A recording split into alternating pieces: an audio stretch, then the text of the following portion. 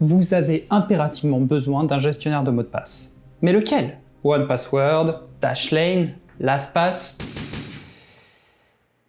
Et peut-être qu'il vous semble étrange de payer une société pour leur donner vos mots de passe. Du coup, aujourd'hui, voyons la meilleure solution, héberger votre propre gestionnaire de mots de passe. De quoi allons-nous avoir besoin pour ça? Eh bien tout d'abord, nos bases. Compte Cloudflare, compte Zero Trust et un nom de domaine. Si vous n'avez pas tout ça, je vous remets en description la vidéo sur les bases de notre cloud. Ensuite, il va nous falloir un support pour stocker tout ça, donc un serveur. Au sens large, ça peut être un Raspberry Pi, un NAS que vous avez chez vous ou le cloud. Et vu qu'on avait déjà créé notre compte dans la vidéo des bases du cloud, nous allons utiliser notre compte cloud Hetzner. Dans tous les cas, vous pouvez choisir le support que vous voulez puisque nous allons utiliser Docker, donc chaque étape sera parfaitement identique. Et c'est tout, nous sommes prêts à installer VaultWarden, un fork de Bitwarden, un gestionnaire de mots de passe commercial, mais complètement gratuit sous sa forme VaultWarden. VaultWarden nous permet d'avoir un nombre d'utilisateurs illimité, un nombre de mots de passe illimité, d'envoyer des fichiers de manière complètement sécurisée et de protéger le tout par une clé YubiKey par exemple, et beaucoup d'autres fonctionnalités que nous allons découvrir peu après. En attendant, c'est parti, rendez-vous sur Hetzner. Personnellement, je n'ai pas encore de projet, donc New Project, et grande inspiration, Automation, Add Project. On va se rendre sur notre projet et créer notre premier serveur, Add Server. On nous propose plusieurs localisations pour notre serveur, les plus proches de moi étant Nuremberg et Fackelstein. Je vais choisir un de ces deux-là, Nuremberg par exemple. On descend un petit peu et on trouve l'image que l'on souhaite installer sur notre serveur. Vous avez la possibilité avec Hetzner d'installer directement Docker. Nous, ce n'est pas ce que nous allons faire, nous allons d'abord installer Debian et ensuite installer manuellement Docker. Ça va permettre aux gens qui ne sont pas sous Hetzner de pouvoir suivre toutes les étapes. Et ensuite, il faut savoir que quand on choisit directement l'image Docker, en fait, c'est Ubuntu qui est installé, qui est beaucoup plus gourmand que Debian. Donc, on choisit Debian. On reste en version 12, ça me va très bien. Pour le choix du CPU, on va rester en CPU partagé, ça nous va très bien. Et x86 pour l'architecture, histoire de ne pas avoir de problème de compatibilité. Pour le choix du processeur, vous pouvez choisir le CX21 ou le CX31 si vraiment vous voulez de la marge. Dans tous les cas, vous pourrez faire tourner ce projet facilement, ainsi que les suivants. Vous allez pouvoir stocker plusieurs projets sur un même serveur. Pour ma part donc, je choisis le CX21 pour le moment. On pourra par la suite augmenter la puissance si besoin et ça nous coûte 5,82 € par mois. On descend et on va trouver le networking, donc les adresses IP. L'adresse IPv6 ne va pas nous servir pour le moment, mais elle est gratuite, donc on peut garder. L'adresse IPv4 par contre est utile et effectivement elle nous coûte un peu d'argent, à savoir 60 centimes par mois. On descend un peu et on trouve la connexion par clé SSH que je vous recommande très fortement pour la sécurité, mais nous aborderons la sécurité serveur dans une autre vidéo. D'ailleurs, n'hésitez pas à vous abonner pour être sûr de ne pas louper les prochaines vidéos. On descend, pas besoin d'ajouter du volume, le firewall on verra plus tard, les backups vous pouvez en mettre si vous le souhaitez, et on descend jusqu'en bas, tac, et on choisit le nom de notre serveur. Mon super serveur. Et maintenant, Create and Buy Now, boum, le serveur est en train de se créer en quelques secondes. La création de notre serveur vient de se terminer, on peut voir le récapitulatif et surtout copier notre adresse IP ici pour se connecter. On ouvre un terminal et là pour se connecter c'est très simple, SSH, root, arrobas et l'IP de notre serveur. Et entrée. Oui, on accepte l'empreinte, yes, entrée. Là, on va nous demander du coup le mot de passe de notre serveur. Chez Hetzner, il est envoyé par mail, hop, juste ici. Copier. Un clic droit pour coller le mot de passe, rien ne s'affiche mais c'est normal, entrée. Là on nous informe que chez Hetzner le changement de mot de passe est obligatoire, donc on nous redemande notre mot de passe actuel, donc clic droit, entrée, et on entre un nouveau mot de passe. Le mot de passe entré 2 fois est confirmé, on est enfin connecté au serveur, on peut faire un petit clear pour que ce soit un peu plus lisible. On est donc connecté à notre serveur pour la première fois, je vous conseille notamment de changer le port SSH. Si vous ne savez pas faire, ne vous inquiétez pas, nous verrons ça dans la vidéo qui sera dédiée à la sécurité du serveur. On va lancer 2 petites commandes pour vérifier que tous les logiciels sont à jour, apt get update pour recharger la liste des paquets Linux, et ensuite apt get upgrade pour mettre à jour les paquets qui ne le seraient éventuellement pas. Là on voit que tout est à jour, c'est très bien. Maintenant, installation de Docker. Pour ça, rien de plus simple, on va sur Google, Docker, install, Debian, ça nous est directement proposé, magnifique. Hop, on clique sur le premier lien, Première commande que l'on nous donne, c'est celle-ci qui va nous permettre de vérifier s'il y a déjà des paquets existants qui vont rentrer en conflit avec ceux que nous allons installer par la suite. Donc très simple, on copie, on ouvre le terminal, on colle, entrée. Donc là, aucun paquet n'était en conflit, mais c'est normal, le serveur est tout nouveau. On descend un petit peu et on nous donne la liste des commandes à entrer pour installer Docker. Ici, apt-get update, pas besoin, on l'a déjà fait, donc tout bêtement, copier, coller, entrer. Vous prenez les suivantes, copier, coller, entrer, vous prenez pas la tête.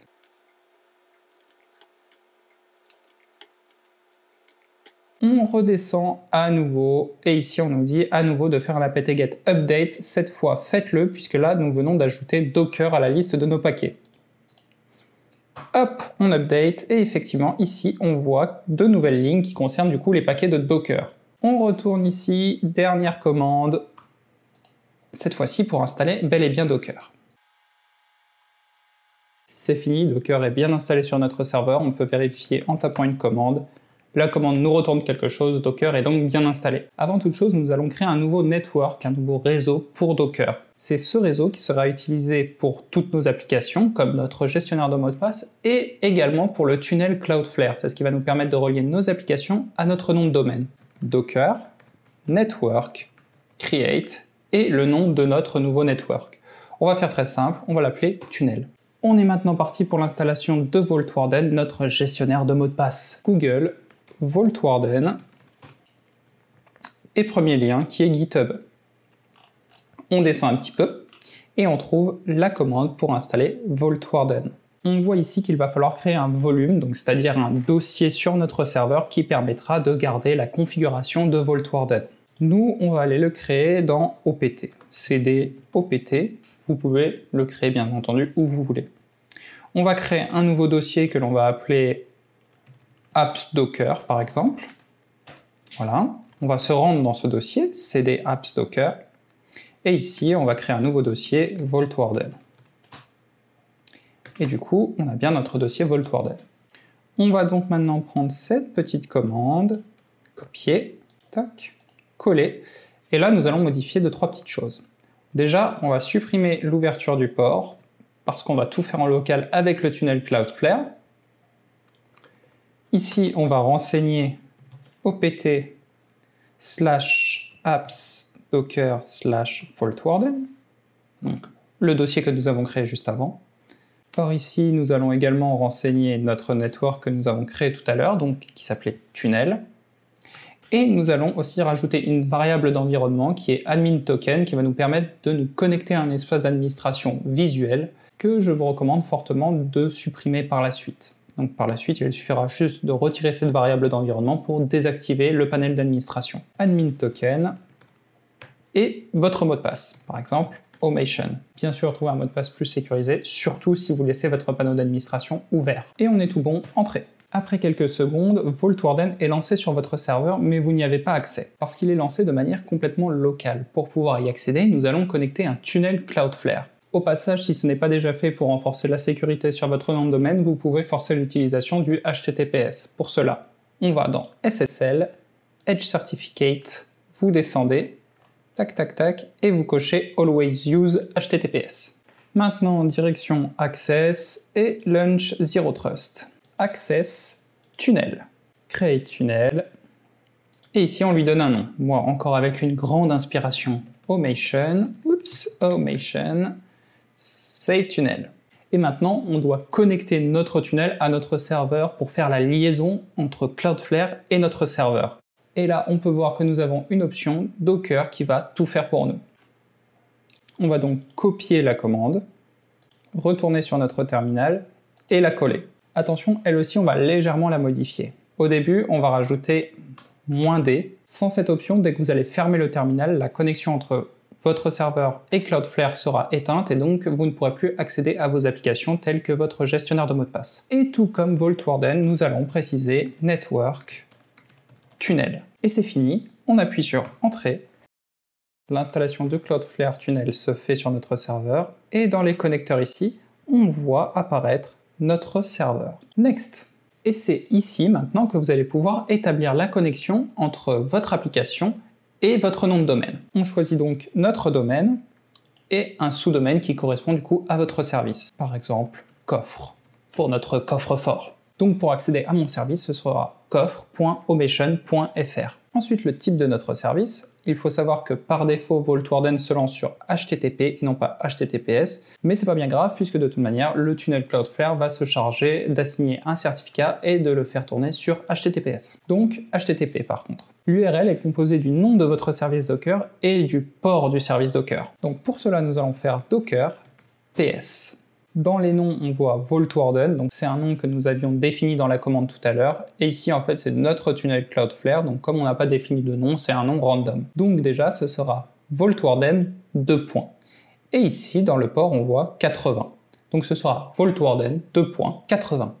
Vault Warden 2.80. Et c'est tout, pas besoin d'autre chose. Save tunnel. On voit que notre tunnel a l'air d'être actif correctement. On va vérifier ça. Coffre.omation.fr. Et effectivement, on arrive bien sur Vault Warden, tout fonctionne correctement, nous sommes en HTTPS avec un certificat valide, tout va bien. Nous allons maintenant passer à la configuration de notre serveur, et pour ça, du coup, c'est notre URL suivi de /admin. Et le token, c'est tout simplement ce que nous avions entré tout à l'heure dans admin token. Donc pour moi, c'était Omation. Si vous souhaitez que votre espace d'administration soit accessible en permanence, je vous conseille très fortement de lire cette petite page. Dans tous les cas, nous, dès qu'on aura fini notre configuration, on fermera l'accès à l'administration pour qu'il ne soit accessible de personne. Première chose à faire, nous allons nous rendre dans Diagnostic. Et ici, on voit deux problèmes. On voit que l'URL ne matche pas et qu'elle n'est pas en HTTPS. Pour ça, nous allons nous rendre dans Settings, et ici, on voit qu'on a une adresse définie en HTTP localhost. Pour résoudre ça, rien de plus simple, on va renseigner notre adresse définitive, à savoir, pour moi, https://coff.omation.fr.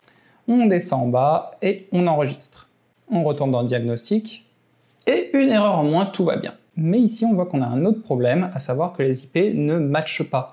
Et ça, c'est tout simplement parce que nous passons par les services de Cloudflare. Mais il y a un moyen de résoudre ça. On va dans Settings, Advanced Settings, et on va changer ce paramètre. On va taper CF Connecting IP. Hop. Et même chose, on descend Save, OK. Et si on retourne dans Diagnostic, on voit que tout est au vert et que notre configuration est parfaitement valide. Retournons dans Settings. Si vous avez une clé YubiKey, ce que je vous recommande très fortement, nous allons configurer ça en 2 secondes juste ici. On nous demande le client ID et la secret key. Pour les obtenir, rendez-vous sur cette adresse, vous l'avez en description, entrez votre mail contact@omation.fr et ici, vous prenez votre clé, vous l'insérez dans le PC et vous la touchez. Vous acceptez les conditions, Get My API Key. Vous obtenez votre client ID et votre secret key qu'il vous suffit de copier-coller dans Vault Warden. Le serveur, on ne s'en occupe pas et on fait Save. Très important, vos paramètres SMTP, c'est ce qui va permettre à Vault Warden d'envoyer des mails. Pour ça, on se rend dans SMTP Email Settings, et le problème que rencontrent beaucoup de gens, c'est qu'ils n'ont pas de serveur mail. Alors sachez qu'il est possible d'utiliser ceux de Gmail. Pour cela, rendez-vous sur votre compte Google, hop, sur votre petit avatar en haut, et gérez votre compte Google. À gauche, on va cliquer sur Sécurité, puis dans Validation en 2 étapes. Si ce n'est pas encore fait, et ce n'est pas bien du tout, activez la validation en 2 étapes, et ensuite, vous trouverez tout en bas mot de passe des applications. Hop, on va en renseigner une nouvelle, Vault Warden. Et on génère un mot de passe d'application. On le copie, hop, et on vient le coller ici dans Password. Maintenant, dans Host, on renseigne smtp-gmail.com. Pour le type et le port, on laisse comme ça. From adresse, c'est l'adresse de votre compte Google, donc votre adresse Gmail, donc omationcontact@gmail.com. Et pareil pour le nom d'utilisateur. Et c'est tout, avec ça vous allez pouvoir envoyer des mails. Donc Save. Une fois cela fait, on peut retourner dans SMTP Email Settings et essayer d'envoyer un mail à une autre adresse que celle que vous avez renseignée ici pour voir si tout fonctionne bien. Donc par exemple, contact@omation.fr et ici on fait Send Test Email. SMTP Test Email Sent Correctly, donc normalement notre email a bien été envoyé. Et effectivement, je le reçois bien du coup sur mon adresse email. On peut donc aller sans souci dans Email to FA Settings et l'activer par défaut. Nous allons maintenant créer notre compte et ensuite désactiver l'espace d'administration. Pour ce faire, on peut cliquer sur Vault, créer un compte, Et là, comme n'importe quel site, vous créez un compte. Donc, votre adresse, omation.fr, votre nom, et votre mot de passe principal qui évidemment doit être fort. Ce sera votre mot de passe maître qui va protéger tous vos autres mots de passe. Donc un mot de passe impérativement fort. Donc bien sûr, ne faites surtout pas comme moi.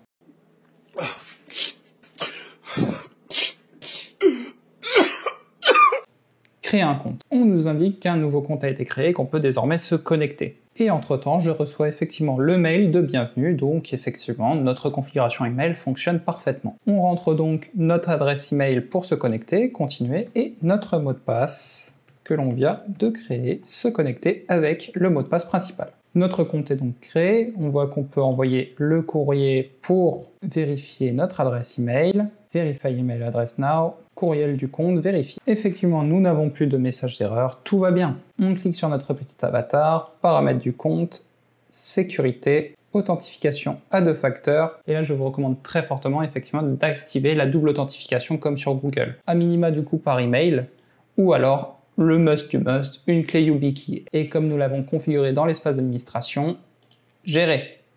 Mot de passe principal. Ici, c'est très simple, il vous suffit d'aller dans YubiKey 1 et de toucher votre clé de sécurité. C'est fini, notre clé YubiKey a été activée. Si on se déconnecte et qu'on se reconnecte, cette fois-ci, notre clé sera demandée. On touche notre clé et nous sommes connectés. Notre compte étant créé, nous allons maintenant nous rendre à nouveau sur l'administration, General Settings, et désactiver les nouvelles inscriptions.